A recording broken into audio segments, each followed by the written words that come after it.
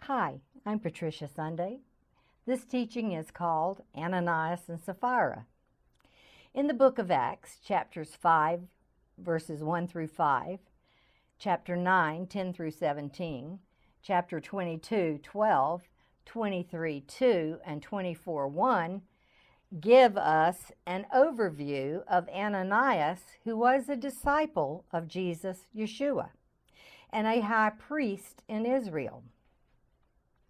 According to the Hebrew dictionary, number 367, Ananias means terrible idol, and his wife's name, Sapphira, number 4551, means an arrow or fiery dart.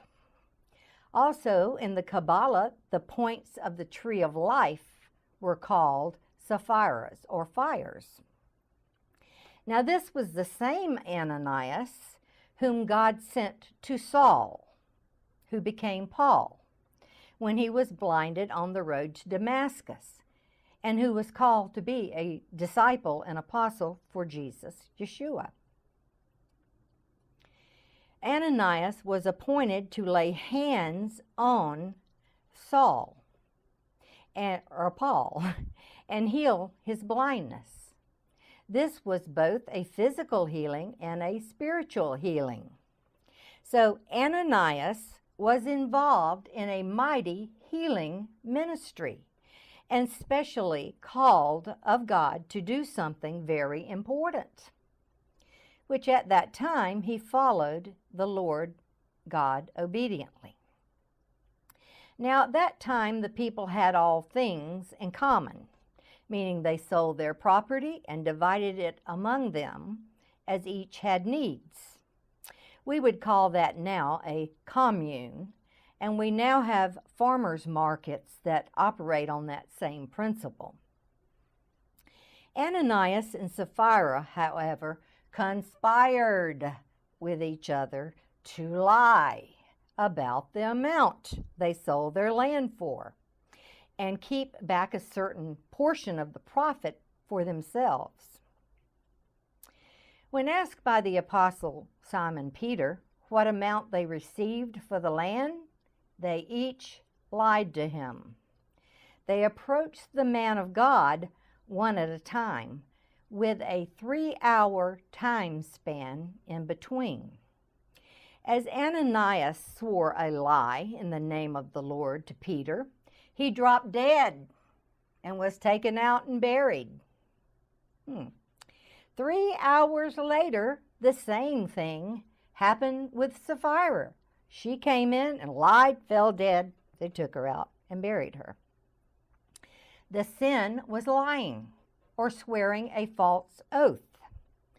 If you recall, that is the third commandment in Exodus 20, which says, "You shall not take a false oath in the name of the Lord your God, for the Lord will not declare him innocent who takes an oath in his name falsely."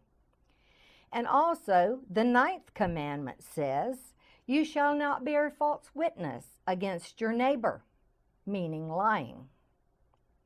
It seems to me that lying is actually covered twice within the 10 commandments. Lying and conspiracy must be a grievous sin before God. Lies have to have other lies to cover up the lies that you lied about, right? But when you lie to a man or woman of God acting in his stead, that is a terrible idol in a person's life.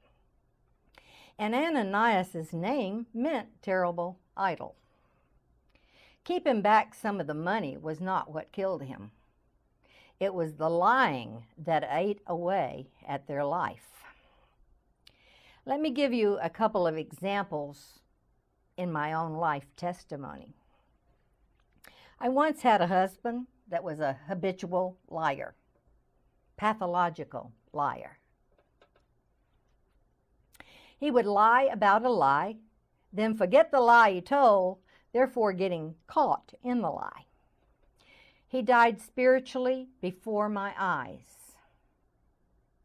It was a terrible thing to witness.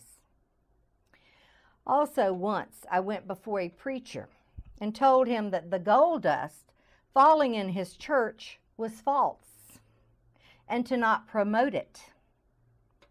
I reminded him that God had the golden calf ground to powder and made the Israelites drink it, and they died, both physically and spiritually. He continued on, not refuting the gold dust miracles, and got cancer and shortly died. Even though that was not lying to my face, it was lying to my back as he continued in the lie which I pointed out.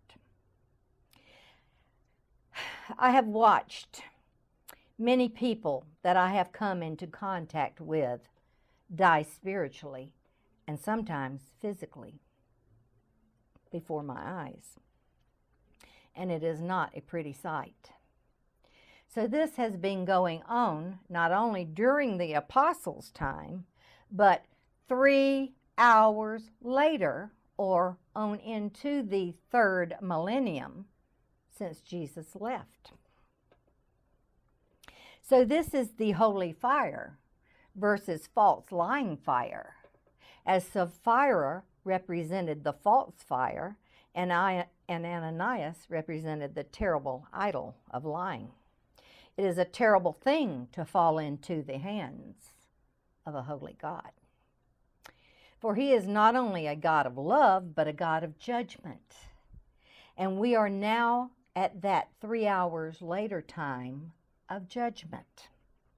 And it has already begun and been happening within the household of God, as many television preachers fell one after another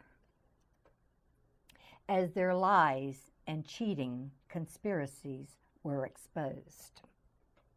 The Lord said judgment begins at the household of God. And if those barely make it, what about the rest of the world? Judge yourself so he won't have to. Shalom.